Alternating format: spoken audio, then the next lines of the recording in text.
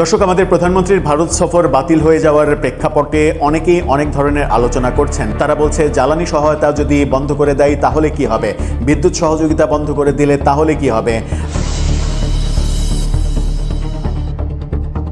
ঢাকায় ছিল না, একটু কম ছিল, সহনীয় পর্যায়ে ছিল লোডশেডিং এর বিষয়টি। সম্প্রতি ঢাকায় শুরু হয়েছে এবং অনেক জায়গায় অসহনীয় হয়ে উঠেছে বিষয়টি। আর গ্রামের কথা তো বলেই লাভ নেই। শুধু এখন অনেকদিন থেকে এই সংকট চলছে, বাট ইদানিং মাত্রাতিরিক্তভাবে বেড়ে গেছে এবং অসহনীয় হয়ে উঠেছে। দর্শক, আমাদের প্রধানমন্ত্রীর ভারত সফর বাতিল হয়ে যাওয়ার প্রেক্ষাপটে অনেকেই অনেক ধরনের আলোচনা করছেন। ভারতীয় সাংবাদিকরা বলছেন বাংলাদেশের অর্থনীতির একটা বড় অংশ নির্ভর করে ভারতের ওপরে, এই দাবি করছেন। আমি জানি না কিভাবে নির্ভর করে। তারা বলছেন যে বাংলাদেশ যদি ভারত থেকে সুতো আমদানি বন্ধ করে, কোথায় থেকে সুতা কিনবে, বেশি দামে কিনবে, কতদিন কিনবে, এই ধরনের কথা বলছে। তারা বলছে জ্বালানি সহায়তা যদি বন্ধ করে দেয় তাহলে কি হবে, বিদ্যুৎ সহযোগিতা বন্ধ করে দিলে তাহলে কি হবে, খাদ্যবস্তু রপ্তানি যদি ভারত বন্ধ করে দেয় তাহলে কি হবে। বাংলাদেশের রপ্তানি প্রায় 2 বিলিয়ন মার্কেট ভারত, এটা তারা দাবি করছে। তারা বলছে এই রপ্তানি যদি ভারত বন্ধ করে দেয়, যে বাংলাদেশের কোনো কিছু আমরা আমদানি করব না, তাহলে কি হবে। এই মোটা আলোচনাগুলো করে তারা বলার চেষ্টা করেছেন যে বাংলাদেশের অর্থনীতির বেশিরভাগ অংশই নির্ভর করে ভারতের ওপরে, পার্শ্ববর্তী ভারতের ওপরে। সুতরাং প্রধানমন্ত্রী ভারত সফর না করে একটা বড় ভুল করেছেন। এবং সেখানেও তারা এরকম আলোচনা করার চেষ্টা করছেন যে বাংলাদেশের উগ্রবাদী সাম্প্রদায়িক শক্তির কাছে এক ধরনের জিম্মি হয়ে পড়েছে বর্তমান সরকার। প্রধানমন্ত্রী তারেক রহমান উদারপন্থী হলেও তিনি ভারত সফর করতে চাইলেও তাদের বাধা এবং তাদের বিভিন্ন আস্ফালনের কারণে এই ভারত সফরটা হলো না, এরকম নানা দাবি করছেন ভারতীয় সাংবাদিকরা। আমরা সেই দাবিগুলোকে সত্য ভাবছি না।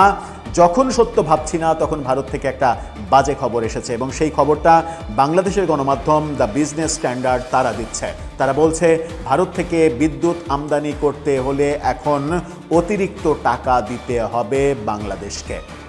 এটা একটা খারাপ খবর। এই খারাপ খবরের জন্মটা কি হলো এই সাম্প্রতিক সফর বিড়ম্বনার কারণে, নাকি এটা আগেরই সিদ্ধান্ত, আমরা জানি না। চলুন একটু ছোট্ট করে জেনে দেখার চেষ্টা করি যে ভারতের রিয়াকশান, নেগেটিভ রিয়াকশান হতে শুরু করলো কিনা।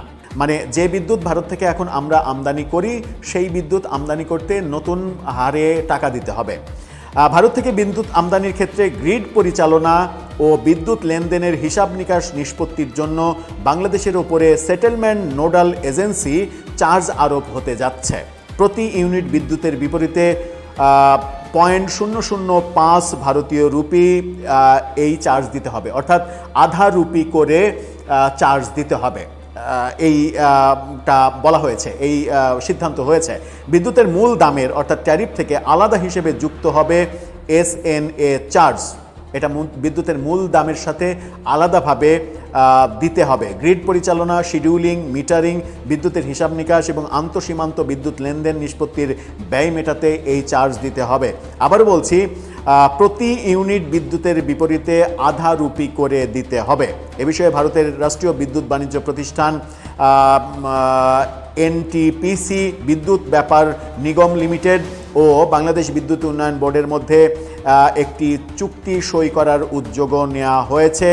এবং বাংলাদেশের পক্ষ থেকে বলা হয়েছিল যে ভারতের দাবি ছিল 1 রুপি করে, অনেক দেন দরবার করে সেটা আধা রুপিতে গিয়েছে। এখন আমাদেরকে আধা রুপি করে বেশি দিতে হবে। এবং বলা হচ্ছে চুক্তি স্বাক্ষর বিলম্বিত হলে ভারত থেকে 1160 মেগাওয়াট বিদ্যুৎ আমদানি ব্যাহত হওয়ার সম্ভাবনাও রয়েছে। বিদ্যুৎ বিভাগের একজন কর্মকর্তা TVSকে বলেছেন, চার্জের পরিমাণ ছোট হলেও ভারত থেকে দীর্ঘমেয়াদে বড় পরিমাণ বিদ্যুৎ আমদানির কারণে এর মোট আর্থিক প্রভাব বড় হয়ে যাবে। তিনিও নাম প্রকাশ না করার শর্তে এই কথা বলেছেন। এখন ব্যাপার হচ্ছে যে এই যে সিদ্ধান্ত প্রতি ইউনিটে আধা রুপি করে অতিরিক্ত দিতে হবে, এই সিদ্ধান্তটা কি সাম্প্রতিক সংকটের কারণে হলো, নাকি এই সিদ্ধান্তটা আগেই ছিল? যখন ভারতের সাংবাদিকরা বলছেন যে বিদ্যুৎ যদি ভারত বন্ধ করে দেয় তাহলে কি হবে, ডিজেল যদি দেয়া বন্ধ করে দেয় তাহলে কি হবে, এই প্রশ্নগুলো যখন করছেন তখন বিদ্যুৎ আমদানি করার ক্ষেত্রে আমাকে অতিরিক্ত টাকা দিতে হবে, এটা আমাদের জন্য কোনো ভালো খবর না, এটা বড় ধরনের খারাপ খবর। আমরা প্রত্যাশা করি না এরকম খারাপ খবর তৈরি হোক আর একটাও। তো প্রিয় দর্শক শ্রোতা, বিদ্যুৎ এবং গ্যাস দুটো বিষয় নিয়ে একসঙ্গে আলোচনা করতে হচ্ছে। অনেকের মনে হতে পারে দুটো বিষয় এক কেন, আমার এলাকায় তো লোডশেডিং, গ্যাসের তো কোনো সমস্যা নেই, আমি তো গ্যাস পাচ্ছি। কেউ হয়তো ভাবছেন যে আমার এলাকায় তো বিদ্যুৎ আছে, গ্যাস নেই, অথবা কোনো এলাকায় দুটোরই সমস্যা। তো সব মিলিয়ে বিদ্যুৎ এবং গ্যাস এই দুটোকে আলাদা করা যাচ্ছে না, এই দুটো আসলে ইনসেপারেবল, অর্থাৎ অবিচ্ছেদ্য।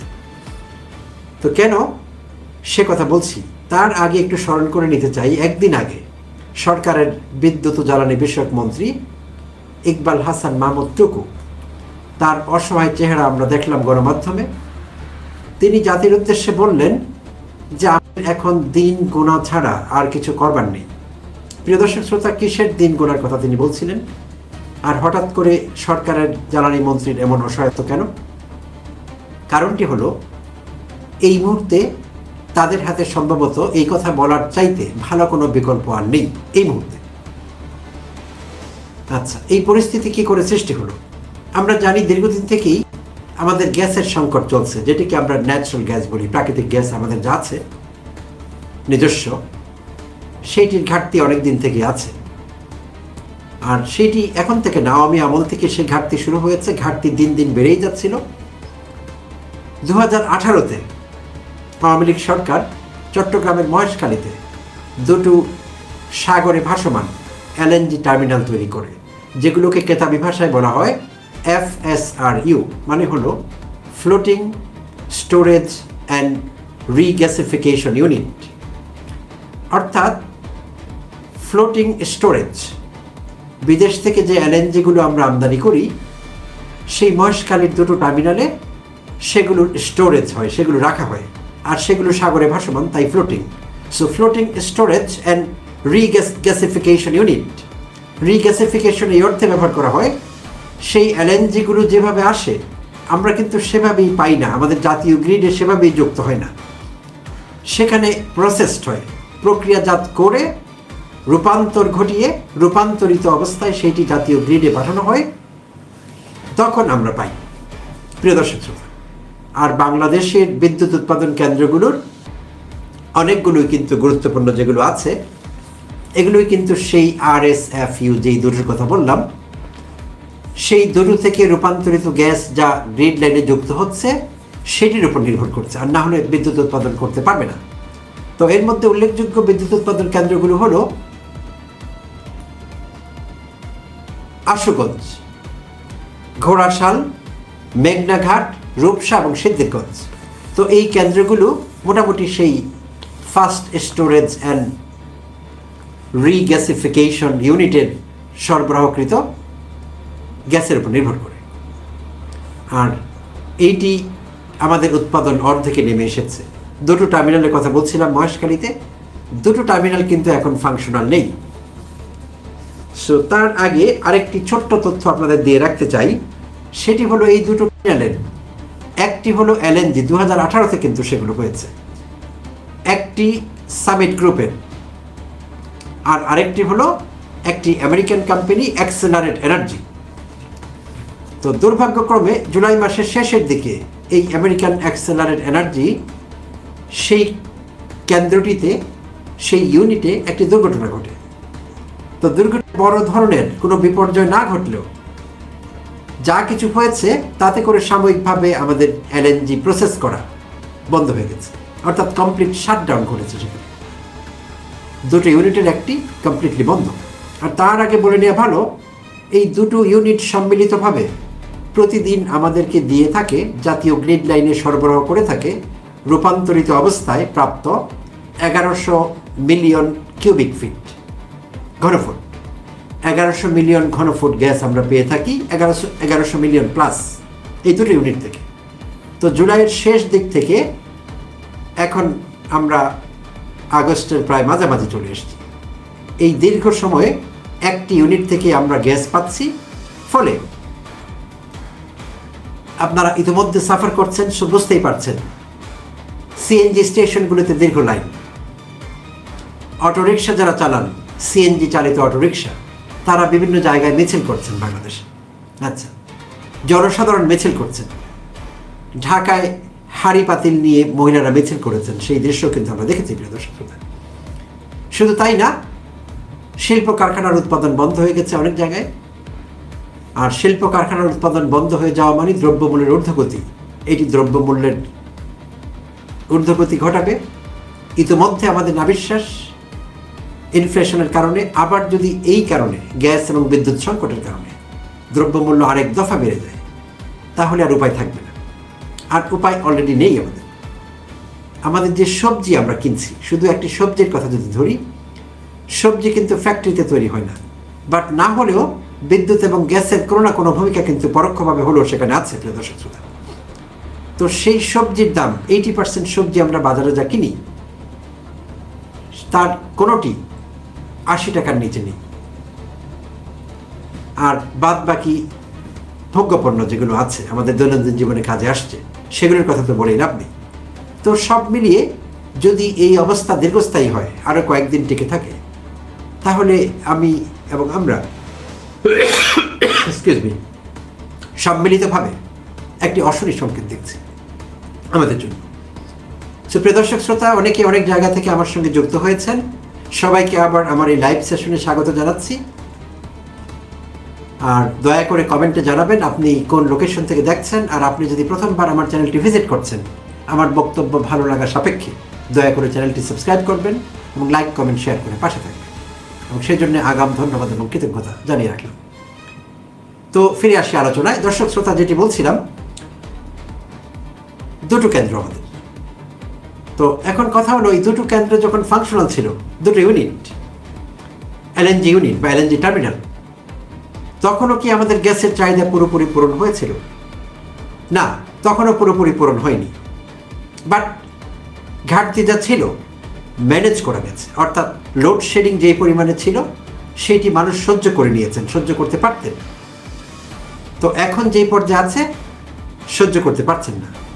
রান্না বান্না বন্ধ হয়ে গেছে মানুষের। প্রতিদিনই আপনারা দেখছেন গণমাধ্যমে, টিভিতে রান্না বন্ধ হয়ে গেছে। সিএনজি স্টেশনগুলোতে বিশাল অবস্থা, মাইল লম্বা লাইন, আর বিদ্যুৎ উৎপাদন বন্ধ। ফলে শুধু গতকালই আমাদের বিদ্যুতের ঘাটতি হয়েছিল 3592 মেগাওয়াট গতকাল। সুপ্রিয় দর্শক শ্রোতা, এই যখন অবস্থা, তখন লোডশেডিংয়ের কী অবস্থা হতে পারে সেটি আমি জানি না আপনাদের মধ্যে কজন সেটি ফেস করছেন। সো আমি কামনা করি আপনারা এটি ফেস না করুন। কিন্তু আপনারা বাংলাদেশের বিভিন্ন জায়গা থেকে দেখছেন। এক জায়গায় থাকলে হয়তো বুঝতে পারতাম যে না, অমুক জায়গায় পরিস্থিতি ভালো আছে। যেহেতু ছড়িয়ে ছিটে আছেন, তাহলে নিশ্চয়ই আপনারাও সাফার করছেন। তো যারা এই মুহূর্তে এই তীব্র সংকটের কারণে সাফার করছেন, রান্নাবান্না করতে পারছেন না, তারপর গাড়িতে গ্যাস পাচ্ছেন না, আরও অনেক রকমের সমস্যা যারা ভুগছেন, তাদের জন্য আমার পূর্ণ সহানুভূতি থাকলো। এই সিচুয়েশনের জন্য আমরা দুঃখ প্রকাশ ছাড়া আসলে আর কিছুই করতে পারি না। সুপ্রিয় দর্শক শ্রোতা, এখন কথা হলো, এই দুটো এলএনজির কথা বলছি, এলএনজি টার্মিনালের কথা বলছিলাম, যে এই দুটো যদি কাজ করতো তখন কি ঠিক ছিল না? তখন ঠিক ছিল না। তাহলে এই টার্মিনালের সংখ্যা বাড়ানো হয়নি কেন? সেটি একটি বিরাট প্রশ্ন। আর এলএনজি টার্মিনালে কি আমাদের এই সংকটের একমাত্র কারণ, কন্ট্রিবিউটিং ফ্যাক্টর? না। দীর্ঘ সময়ে আওয়ামী লীগ আমলে গ্যাস অনুসন্ধান, নতুন করে কূপ খনন কিংবা পুরনো গ্যাস লাইনগুলো সংস্কার করে উৎপাদন বাড়ানো, এই কোনোটিই কিন্তু করা হয়নি। শুধু দুটো এলএনজি টার্মিনাল স্থাপন করা হয়েছে। আর জানা গেছে 2024-এ সামিট গ্রুপের সঙ্গে, সামিট গ্রুপ আসলে তাদেরই গ্রুপ, আওয়ামী বাকশালীদের গ্রুপ বলতে গেলে, তো তারা মিলেমিশে একাকার। তো সামিট গ্রুপের সঙ্গে একটি চুক্তি হয়েছিল, আরেকটি টার্মিনাল তারা স্থাপন করবে, এবং সম্ভবত সেটি স্থল টার্মিনাল, দুটো সাগরে আছে, এটি ভাসমান হবে না এমন ছিল ব্যাপারটি। আর সামিট গ্রুপ 2027-এর মধ্যে সেই টার্মিনাল নির্মাণ করবে এমন একটি চুক্তি হয়েছিল। তো হ্যাঁ, এটি একটি মেগা প্রজেক্ট, আর মেগা প্রজেক্টে মেগা লুটপাট, সেটি তো আমরা জানি। তারপরও এটি যদি ক্রিয়াশীল থাকতো এই প্রক্রিয়া, তাহলে হয়তো 2027-এ আমরা আরেকটি এলএনজি ইউনিট পেতাম। তাহলে সেটি কোন অবস্থা আছে এখন? প্রিয় দর্শক শ্রোতা, অন্তর্বর্তীকালীন সরকার ডক্টর মোহাম্মদ ইউনূসের আমলে অন্তর্বর্তীকালীন সরকার যখন ক্ষমতায় আসলো, তখন তারা এই চুক্তিটি বাতিল করেছে সামিট গ্রুপের সঙ্গে। তো সেই কারণে 2027-এর যে টার্মিনালটি নির্মাণ করবার কথা ছিল বা আমরা পাবো বলে আমরা প্রত্যাশা করছিলাম, সেটি পাবার আপাতত কোনো সম্ভাবনা নেই। তাহলে এই পরিস্থিতি থেকে আমাদের পরিত্রাণ কি? এক কথায় বলতে গেলে এই মুহূর্তে কোনো পরিত্রাণ নেই।